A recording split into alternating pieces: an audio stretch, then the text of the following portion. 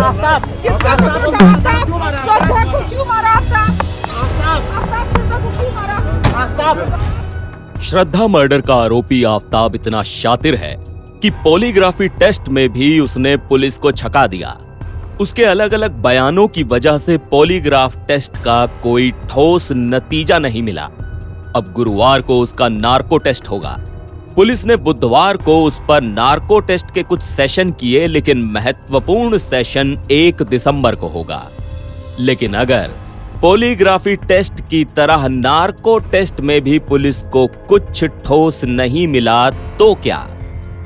अगर आफ्ताब ने पुलिस को फिर से छकाया तो वो उसकी ब्रेन मैपिंग की मांग कर सकती है। दिल्ली पुलिस से जुड़े सूत्रों ने हमारे सहयोगी अखबार टाइम्स ऑफ इंडिया को बताया कि पुलिस आफ्ताब की ब्रेन मैपिंग के लिए कोर्ट जा सकती है। आखिर ब्रेन मैपिंग टेस्ट है क्या और कैसे होता है?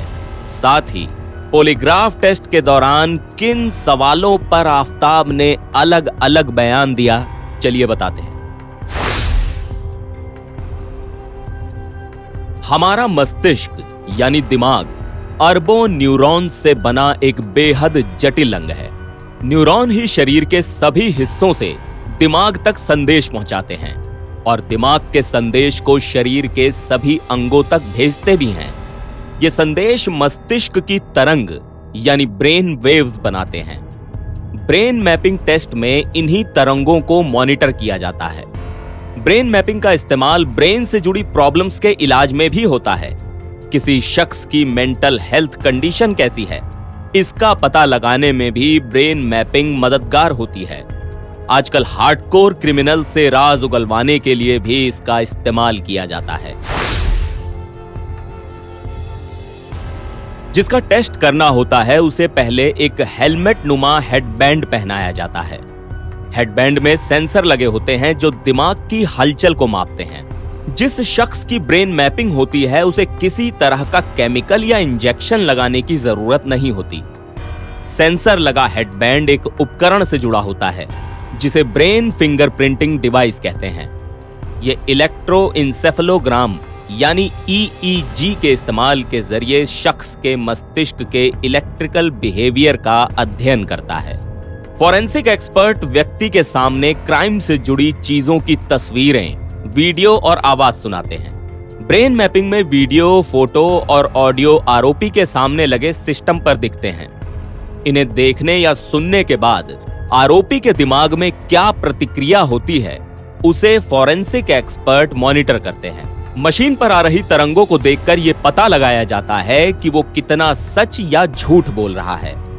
ये तरंगें यानी P300 वेव्स तभी पैदा होती हैं जब आरोपी का उन तस्वीरों और ऑडियो से कोई संबंध होता है। बेगुनाह आरोपी क्राइम सीन से जुड़ी तस्वीरों, वीडियो और ऑडियो को नहीं पहचान पाते, बल्कि दोषी संदिग्ध उसे पहचान लेता है। ब्रेन मैपिंग टेस्ट के लिए उस शख्स की सहमति जरूरी होती है जिसका टेस्ट किया जाना होता है। इसके अलावा इसके लिए अदालत से भी अनुमति लेनी होती है। आफ्ताब का पॉलीग्राफ टेस्ट पूरा हो चुका है। इस टेस्ट के 5 सेशन के दौरान उसने कई अहम सवालों पर अलग अलग और विरोधाभासी बयान दिए। अपनी live in partner Shraddha Walker की हत्या के बाद लाश के टुकड़े करने के लिए किस हथियार का इस्तेमाल किया, लाश के टुकड़ों को कहां कहां फेंका। पॉलीग्राफ टेस्ट के दौरान इन सवालों पर आफ्ताब के बयानों में पुलिस को गड़बड़ी दिखी है।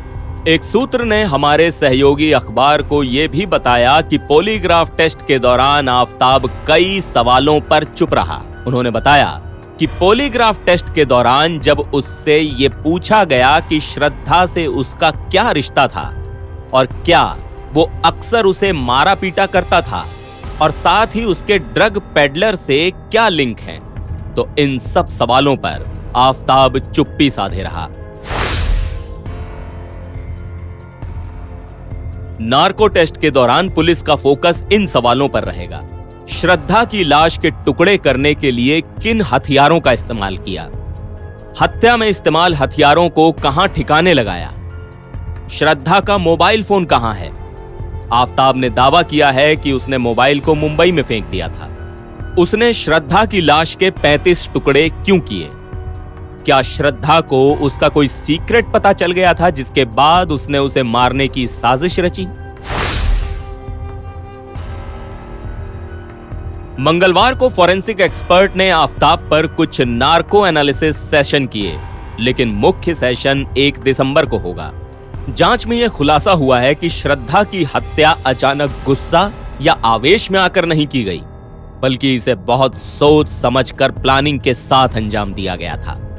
केस की जांच कर रही एसआईटी ने पाया है कि आफताब ने कथित तौर पर हत्या के 1 घंटे के भीतर ही खाना ऑर्डर किया था। श्रद्धा कई बार आफताब से रिश्ता खत्म करने की बात कह चुकी थी, लेकिन आफताब ने उसे जाने नहीं दिया। पुलिस को संदेह है कि हत्या की तारीख को लेकर आफताब या तो झूठ बोल रहा है या फिर उसने इतने सुनियोजित ढंग से हत्या को अंजाम दिया है कि उसके बाद भी शांत था। एनबीटी ऑनलाइन की रिपोर्ट।